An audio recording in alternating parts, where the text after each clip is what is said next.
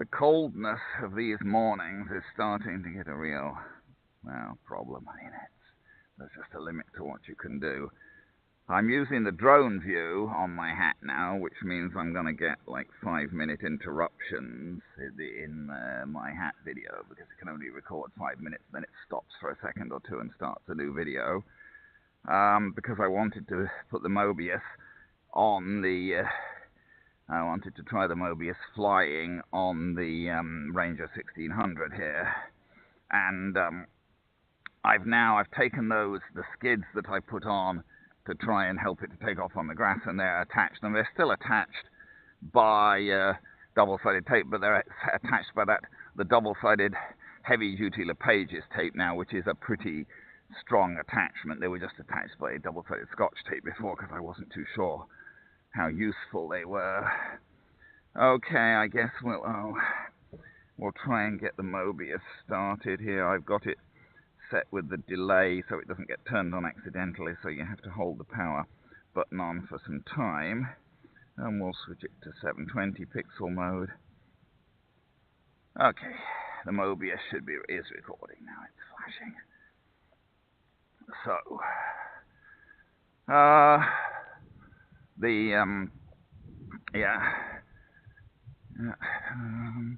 quite sure what kind of view you're going to get from the Mobius at that angle, but we'll see. Again, it's cold, fairly clear. I don't think there's a little tiny bit of ground mist, but you wouldn't think. I got kind of fooled yesterday though, because I took off and the plane almost disappeared when it went over that end of the runway. I guess there was some mist hanging there, and it feels damp, decidedly. It's clear, but it's damp and cold. Anyway, we'll see what we can do. Now, I'm hoping that we won't, the skids are supposed to stay on now, they're not supposed to fall off, but we'll see. Okay.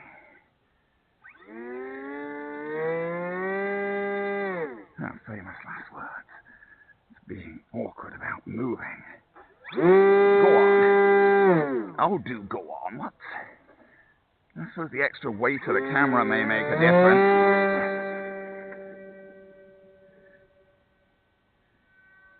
Good Lord. Shows how sensitive things are. I mean, the Mobius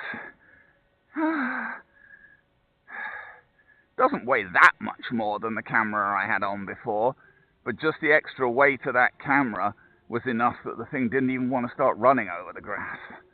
It needed a push.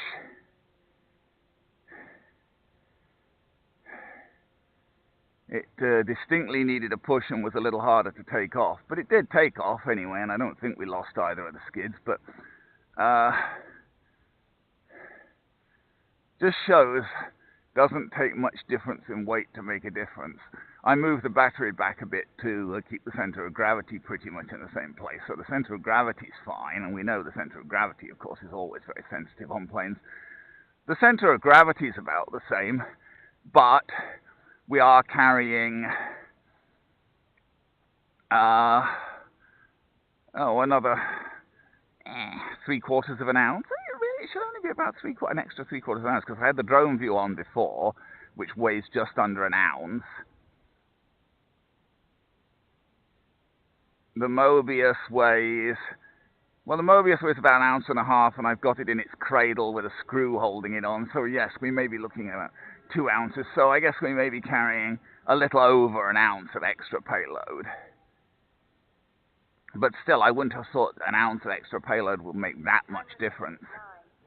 But it did. Just goes to show you.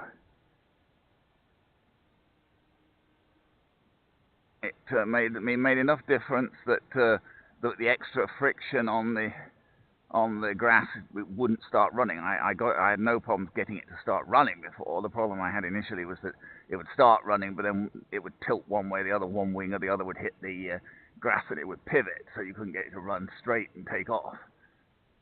That's what the skids under the wing are for, to hold the wings up evenly somewhat, so you can get a decent even run across the grass to take off. Actually, once it got running, it didn't seem to take a lot longer to take off. bit. It maybe took a tiny bit longer to get up speed and take off with the extra weight on, but not a lot. But it just wouldn't move at all. It absolutely wouldn't move on the grass till I gave it a push. Even at full power, it just was not moving at all. We've definitely got both skids still on there. I can see them. Well, they should stay on. I mean, that LePage's, that's that red, you know, the red LePage's double-sided tape, that stuff, you know, they say it's, I mean, obviously it's going to depend a bit what kind of thing it's adhered to, but they say that it can, you can mount up to some ridiculous amount, 50 pounds or something on it, and it's supposed to be able to hold it. It's pretty tough stuff, I know. I mean, I've used it for mounting motors to motor mounts, you know, so the only thing holding the motor onto the plane is that stuff. And you can fly the plane and it doesn't come off. Mind you, I suppose that's not really proving all that much, but still, because your thrust from an RC motor is only a few pounds, really. But then again, you've got a lot of vibration as well. You've got a lot of vibration and a constant pull of several pounds, and it holds it okay. Of course, this is not the world's ideal, you know, it's foam to foam. It's like, on the skid side, it's sitting on it's adhering to insulation foam, and on the wing, of course, it's adhering to, I think it's EPO foam. The wings that this plane are made of.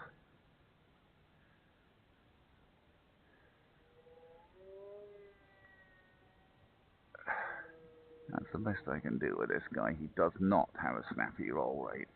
Anyway, I'm not going to make this too prolonged an experiment because it's cold. My fingers are just going to get cold. I suppose I could have tried to bring out the what am I talking about? The transmitter glove. I do have a transmitter glove. Well, as they call it, or mitt, or transmitter mitt, I think they call it. Basically, it's like a bag that you put the transmitter in, and you put your hands in through the side, and there's a window on the top so you can see in. But it certainly helps to keep your hands warm while you're operating the transmitter, but I don't know, maybe we'll give it a try. It definitely does help to keep your hands warm, but it's, you know, it's another sort of inconvenience, sort of interruption. You know, it doesn't do much for your feel, sort of. Although, mind you, neither does having your hands frozen, so. But it's sort of, you know, if straps are bad enough, they get caught up in things. Having an extra bag around your hands and everything is, you know, not ideal. So they say it's better than your hands getting frostbite, but I don't know. Yeah, I think also with the extra weight on, the extra payload weight on, you know, he is coming down in a glide faster than he was before. He's not staying up in the glide as well as he was. I mean, he's not doing badly, but his descent rate is a little faster than it was. Just because he's carrying a bit more weight. See that propeller windmilling away? That is not motor power. I had no throttle on at all. That was just the propeller windmilling. Oh, the propeller's an 8x4. I thought it was only 6 inches or something before, but it's not. It's an 8x4. The propeller, but it's a fairly big plane. It looks kind of small on the plane. It looks kind of small because he's a large plane, and then, you know, an 8x4 propeller for a plane this size is reasonably small. It's an 8x4 propeller just held on by a sort of fairly standard Colette mount, and of course it's a pusher. I wanted to look into seeing if I could replace it with a folding propeller, because it would be nice if the propeller on this folded. Because it's, you know, it's a plane you do want at some of the time cut the power and glide with. It's, you know, that's something that you would naturally have an interest in doing with this plane, and it's not particularly helpful that when you cut the power and glide, that propeller is windmilling the whole blithering time, going up by the moon there, to the moon. There we go.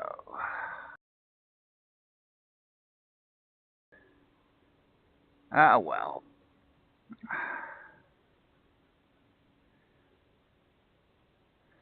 Be nice to actually fly this plane in some warm weather where you're not freezing your fingers off and whatever.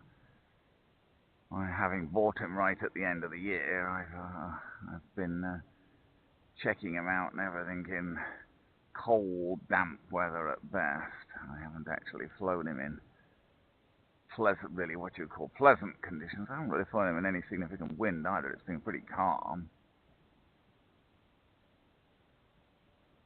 But it's been pretty calm but pretty cold all the time while I'm flying him.